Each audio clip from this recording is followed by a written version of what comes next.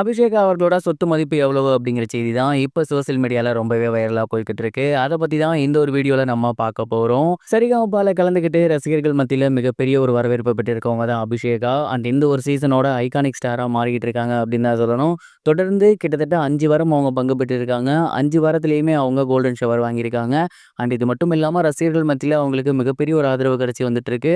இந்த சீசனோட டைட்டில் வின்னராவே அவங்க வருவாங்க அப்படிங்கிற அளவுக்கு தான் பேச்சுக்கள் போய்க்கிட்டு இருக்கு. அவங்கள பத்தி தொடர்ந்து சோசியல் மீடியால ஏகப்பட்ட விஷயங்கள பார்த்து வந்துட்டு இருக்கோம். அந்த வகையில சமீபத்தில தெரிய வந்திருக்கிறது என்ன அப்படின்னா, அபிஷேகா அவர்களோட சொத்து மதிப்பு எவ்வளவு அப்படிங்கிறது தான். அபிஷேகா அவர்கள் இப்ப தான் ஸ்கூல் படிச்சுட்டு இருக்காங்க. ரொம்பவே கஷ்டப்படக்கூடிய ஒரு ஃபேமிலில இருந்து தான் இந்த ஒரு இடத்துக்கு வந்திருக்காங்க. அண்ட் இங்க வந்து தான் அவங்களுக்கு மிகப்பெரிய ஒரு அடையாளமே கிடைச்சிருக்கு. அதற்கு முன்னாடி வரைக்குமே அவங்க வந்து மிகப்பெரிய அளவுலலாம் பெருசா பேசப்படல. அவங்க அப்பா, அம்மாவும் தினக்கூலியா தான் இருக்காங்க. மேக்ஸிமம் அவங்களுக்கு மாசம் ரூ. 10,000 கிடைக்கிறது அப்படிங்கிறதே மிகப்பெரிய விஷயம். அண்ட் இது மட்டும் இல்லாம அபிஷேகா தெருக்கூத்துகள்ல பார்க்கறது, திருவிழால பாடுறது இந்த மாதிரியான விஷயங்களால அவங்களுக்கு ஓரளவு வருமானம் கிடைச்சிருக்கு. அண்ட் இதுதான் அவங்களோட சொத்துக்களாகவே இருந்திருக்கு. இப்ப சரிகமபா வந்ததுக்கப்புறம் அவங்க ஒரு படி மேல போயிருக்காங்க அப்படின்னு தான் சொல்லணும். அதிகபட்சமாக அபிஷேகா அவர்களுக்கு ஓரளவு நல்ல வருமானம் வரும். அவங்க அப்பா, அம்மாக்கு இப்ப எப்பவும் போல இருக்கிறது தான் இருந்திருக்கு.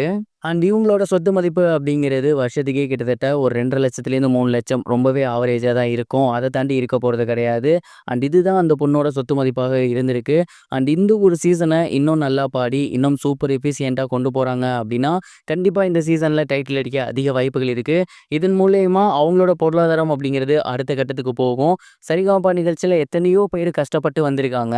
ஆனா இந்த ஒரு நிகழ்ச்சிக்கு வந்த பிறகு நல்லா பாடி மக்கள் மத்தியில ஃபேமஸ் ஆகி வெளிய போயிட்டு ஷோஸ்லாம் பண்ணி மிகப்பெரிய அளவுல வருமானம் ஈட்டியிருக்காங்க. அவங்களோட வாழ்வாதாரத்த அடுத்த கட்டத்துக்கு கொண்டு போயிருக்காங்க. அண்ட் இந்த வருஷம் வேணா அபிஷேகோட ஃபேமிலிக்கு வந்து வருமானம்ங்கிறது கம்மியா இருக்கலாம். சொத்து மதிப்பு கம்மியா இருக்கலாம். பட் நெக்ஸ்ட் இயர் கூடவே இருக்கும்னு நான் நினைக்கிறேன். நீங்க என்ன நினைக்கிறீங்க? மறக்காம கமெண்ட் பாக்ஸ்ல ஷேர் பண்ணுங்க.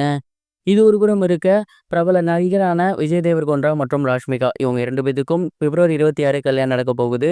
அண்ட் இந்த ஒரு கல்யாணம் ஒட்டுமொத்த சினிமா ரசிகர்களும் எதிர்பார்த்துட்டு இருக்க கல்யாணம். உதய்பூர்ல இருக்கக்கூடிய அரண்மனையில தான் இவங்களோட கல்யாணம் நடக்க போகுது. ரொம்பவே ஏன்சியன் மெத்தட் படி நடக்க போகுது. கிட்டத்தட்ட மிகப்பெரிய அளவுல இந்த கல்யாணத்தை ஏற்பாடு பண்ணியிருக்காங்க. Celebrities not allowed, mobile phone not allowed, and record பண்றதுக்கு நாட் அலோட் அப்படின்னு ஏகப்பட்ட கண்டிஷன்ஸ் இருக்கு.